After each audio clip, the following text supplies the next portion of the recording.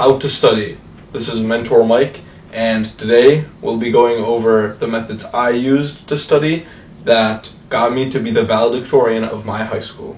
So, if you're watching this video, I can assume that you want to get the highest grades for the least amount of work. In other words, to optimize for efficiency in your studying methods. And that's what I'm going to show you today. Now, in general, the most efficient methods of studying overall go from the best to the least. The most efficient is by taking the past practice tests. Then it's doing any quizzes that you've taken this unit. Slightly worse than that is repeating the material to yourself out loud or in your head.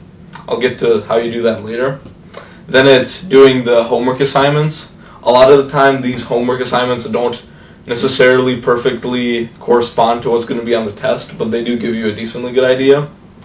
Then even worse than that are textbook problems. Just from my personal experience, I pretty much have never used them, and I don't really know anybody who has used textbook problems. So maybe leave a comment below if your textbook has really good practice problems, and maybe that's a method that more people should start using, but so far I haven't heard of anybody doing that. And then the worst method to study, but really also the most basic one, is reading over your notes. So either the notes you took in class or if your teacher posts notes, you can read those. Now, on the actual basis of how good it is for studying, it's probably the worst method, the least efficient method. However, it is necessary to do any of the other ones because there's no point taking a practice test, obviously, when you don't know the material. So it's not efficient, but it is necessary to do anything else. Now, there's two different types of studying methods. They're really similar, but it depends on what class you're doing. So if it's a STEM class, so anything with science, math, or if it's engineering or whatnot, here's how you have to study. So first of all, you actually have to remember the material. So look over your own notes or look over the notes the teacher gave you. Now, it is better to have your own notes and to take them during class because that forces you to focus during lecture. So that's really a good long-term strategy to take notes. However, if you're just studying for the test right now and you don't have notes, well, do what you can. Usually teachers post notes or you can get the information online or whatnot. After you do that, if there's stuff to memorize, so for example, in math class, if you need to memorize the unit circle, well then you can do that. The best way is to use mnemonics or flashcards, depending on the situation. I'll probably make another video on how to memorize stuff later down the road, so you can leave a comment if you want that video. But for now, I'm pretty sure you know how to use a flashcard.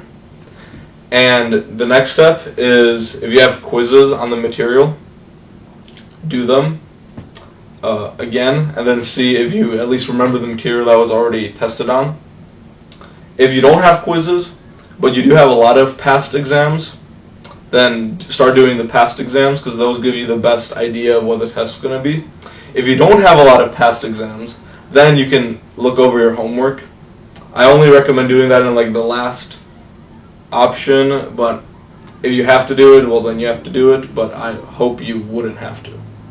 And then the most recent exam, that's going to be when you're almost done studying. I just want you to go through. If there's only one practice exam, then you have to do that one, obviously. But if there's plenty, I'd recommend doing the most recent one because that one will usually be the most similar to whatever exam you're going to have in real life. For humanity classes like literature or history or whatnot, you're going to study slightly differently. So after you read the teacher's notes, or even while you're reading them, after every section, so every chapter, every page of the notes or whatnot, you're gonna not look at the notes, look somewhere else, and say out loud a summary of what you just read. So let's say for history, this is the easiest example. Let's say there's 4 historical events, right? So you read over them first, then you close your notebook, and you try to say, as if you were teaching someone or as if you were trying to just summarize it. You say, okay, so this is the first historical event, this is the date it happened, and then the next historical event and how they're connected, and then the third one and how those are connected, and so forth. And that's going to first of all, you're going to be forced to actually pay attention when you're reading the notes. You're not just going to be glancing over them. And then your brain is already going to have neural pathways ready to recall all the information in your notes that you're going to then later use on tests, or if you're writing an essay in class, then on the essay. Now, if you need to memorize stuff, so this is more like, let's say you need to memorize grammar terms, like, I don't know what a subject of a sentence is, well, then you're going to do that with flashcards or mnemonics, like I said before. And then it's the same strategy overall for before. If you have any quizzes, do those. If you have any exams, do those. And then end your studying by doing the last practice exam. Obviously, when you're doing these, you have to grade yourself after. So look at the answer key or put it into ChatGPT if you don't know it, and then go off of that. And that's how you're going to study for humanities classes. Now, there are other things to consider when studying, and most importantly is how difficult the class is. So let's say the class is very easy, well then it's not really that hard to just read the notes and already get a good grade on the test, right? I'd say that if you don't have a lot of time, then also you should just read over your notes. And to be absolutely most efficient, I would recommend just doing the most recent past exam.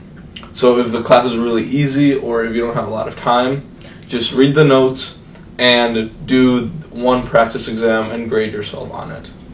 And that'll be the most easy way for you to get a good grade on that test, even if you don't have a lot of time. One more thing, if you're only given one practice exam and you want more material to study because you're not sure, there's this cool trick that I found out. You can copy and paste the whole test into ChatGPT and ask it to give you more questions like these. So then using ChatGPT, you can just get a whole nother practice test. Now sure, the questions aren't going to be great, and they're not going to really be a varied sample. It's just going to be like a rewording of similar type questions, but it'll still help you study and help you understand the concepts better. Now, I hope you enjoyed this video, and this gave you some ideas for how you can change your studying tactics to be more efficient and hopefully get better grades. Thank you for watching. If you like this video, please leave a like for more videos like this one.